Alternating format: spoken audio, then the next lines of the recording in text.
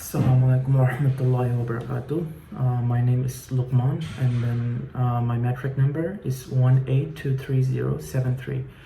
For this video, I'm doing it for family and parenting project, and then in this video, I'm going to talk about two type of communication which you shouldn't have with your spouse or your partner. So the first point is blaming. So you should never, when you are in a relationship or in marriage, you should never blame your partner for their mistake. Like let's say that your spouse did something which is wrong, so you shouldn't blame her for doing it. Like you shouldn't scold her for like doing that thing because it already happened.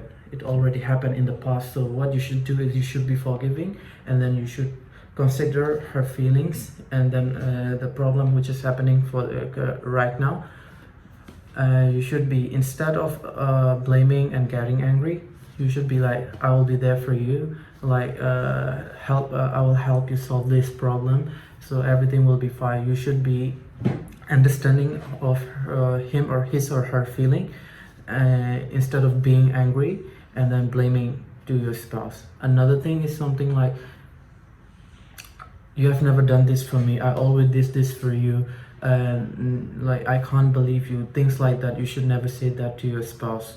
Like, and another point that I want to talk about is scoring board. Say that when you're in a marriage, you did something, and then in return of that you want something else from your spouse. Say that, like let's say last week you want to pick up your son from the school for the whole week, and then for the next week you want your spouse to go and pick it up, pick your sons up from the school. So you should never expect something like this in a relationship. So you shouldn't be demanding, and then you shouldn't keep that. You should never have these kind of thought in your mind that just because I did something, he or she should do something else for me in return. Those kind of mindset you should never keep in your mind. Another thing is, I want to say, is like marrying someone is not an easy job. It's taking a responsibility of another person into your life. So what you should be do is like, you and your spouse, two different people with two different personality.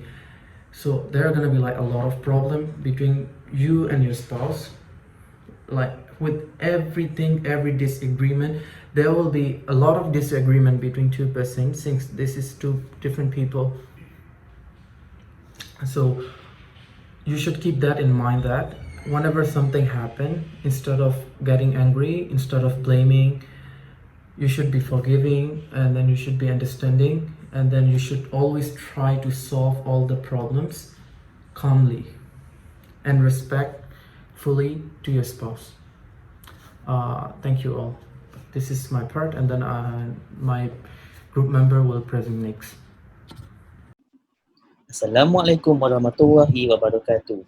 My name is Muhammad Adam bin Burhanuddin, metric number 1819785, and I will continue on two more points on the communication style that negatively affect your spouse. For the third point, it is the bore of the bubble. In a relationship, it is normal for one to feel bored after a certain period of time when you spend with that person. However, after realizing that you are bored, you should not let it continue or persist. You should try to change and do something new with your spouse. Among things that you can do with your spouse, you can travel, eat at new places, or just try anything new to just spice up the relationship, basically. Or not, it would tend to just go into a rut and will start to feel boring for both sides. When doing these activities, you can also include your children as well.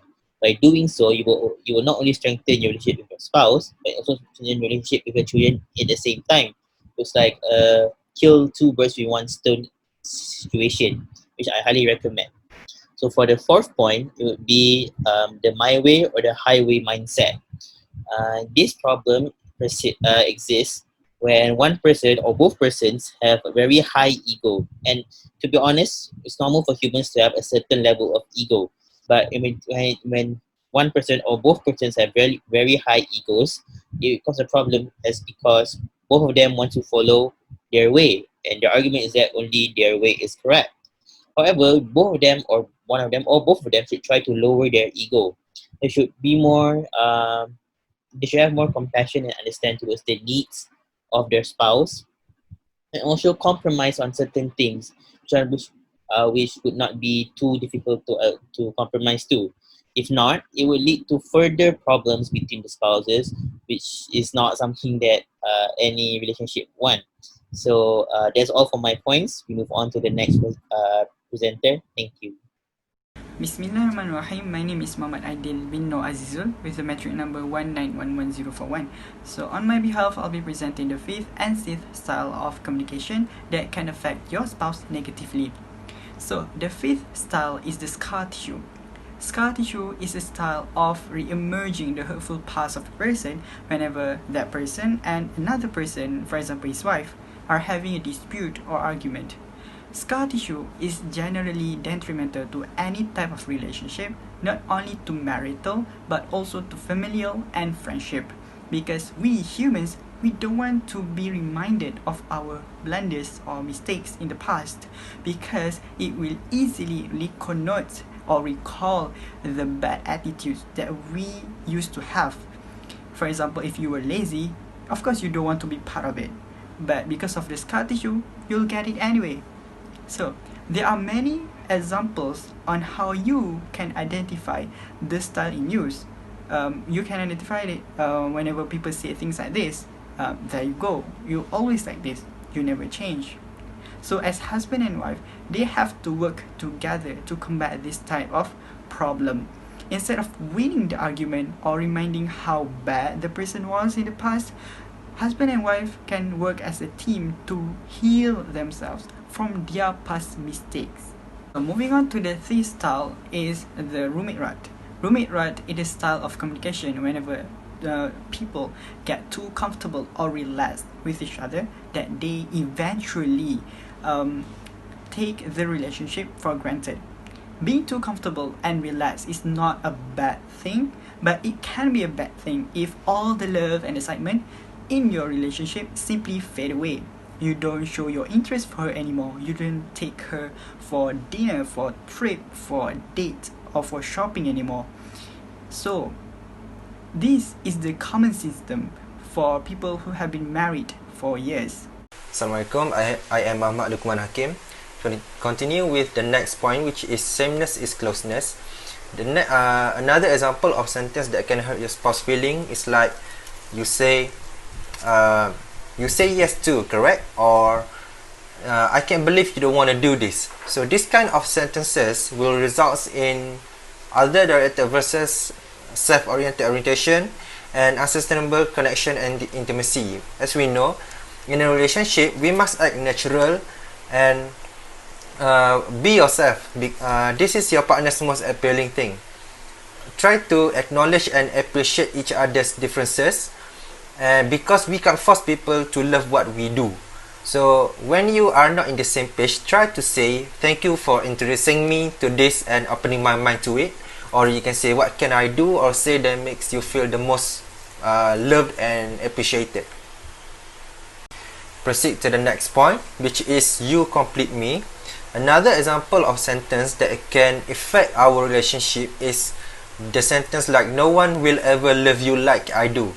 So this is because this kind of words will enmesh each other's codependency, loss of self, and potential to fall from grace. As we know, a couple was made for each other to complete each other, and men and women are created in this world to complete each other. So regarding this issue, what type of communication you can use is like thank you for enhancing my life, or you can say I learned so much from and with you, or you can say we are a great team. So by practicing this kind of communication, it will make you feel whole within yourself and even better together. Assalamualaikum and hi, my name is Abdul Muhammad bin Alfian, metric number 1918905, and now I'll be talking about the last two styles that can negatively affect our spouses. Okay, When we are in a relationship, we need to treat each other's weaknesses and lackings with appreciation and passion, instead of hate and mockery. The usual dialogues that apprehend to these styles of communication goes like this. Maybe you can put some makeup before we go out. Or maybe, why haven't you earned a raise lately, honey? Or I wish you would become more thinner in the coming times. These dialogues will hurt the feelings of our spouses. Furthermore, this style of communication can make our relationship become worse. This kind of depreciation towards each other should not happen, because during the process of nikah, we agree to accept each other as we are, and not according to our own views and not of how our partners should be. We should appreciate each other's weaknesses by complementing them with our strengths and plus points. For example, the husband does not know how to cook, while the wife is not familiar with the technology such as electronic home appliances. Instead of mocking and insulting each other's lacking, they should help each other and encourage them to become better in their own pace and ways. The dialogues that should be are like these. Thank you so much for all you're doing for our family. Or just simply be thankful to our spouses for what they had contributed to our household. As future husbands and wives, we need to make sure that we appreciate our partners as they are and not according to the standards of beauty that was set by the society. Alright, now we'll be talking about the last styles, which is the exit threats. So many divorce cases occur because both of the male and female couples do not want to sit down and talk about their problems together, but they went for the easiest way to solve problems, which is to get rid of them instead of solving them. Most of them never try to solve the problems that happen between both of them and come up with statements such as, "If you do that one more time, I'm divorcing you," or "I can't take this anymore," or "I've had it, I'm done," or maybe "Fine, then just leave." The question is, why do we have to sort ourselves with this kind of solution while there are ways that we can approach in order to maintain the household? As a couple, we need to take a breath and relax for a couple of hours, and maybe then we can approach each other with manners and soft-spoken. Only after that we may approach each other and talk with the purpose of reconciliation instead of winning and authority over each other's. The dialogues should be like, "I know we can get past this," or maybe "I'm here when you are ready to discuss," or maybe "I really like to move forward together and learn from what hasn't worked so that we can learn what we can," and maybe "I'm sorry I threatened to leave. Let's get the help we need to explore how we can find ways to heal this and stay together." So not just in marriage but also in our daily life, do not run away from our problems, because they will get bigger and sooner or later it will get back to you no matter where you are. And that is all from us. Thank you.